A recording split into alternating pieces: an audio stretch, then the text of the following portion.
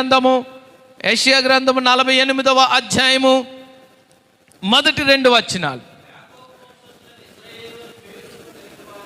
ప్రియమైనది, ఎవరంటే వీళ్ళంట? యాకోబు వంశస్థులైన పేరు కలిగిన వారులారా.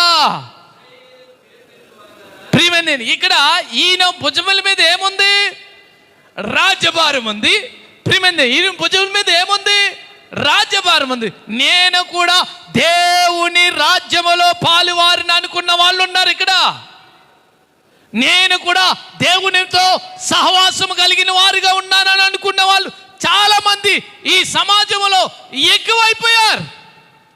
ఏది సత్యమో ఏది అసత్యమో ప్రియమైన బిడ్డలారా, పరిశుద్ధ గ్రంథం మన చేతులలో ఉంది.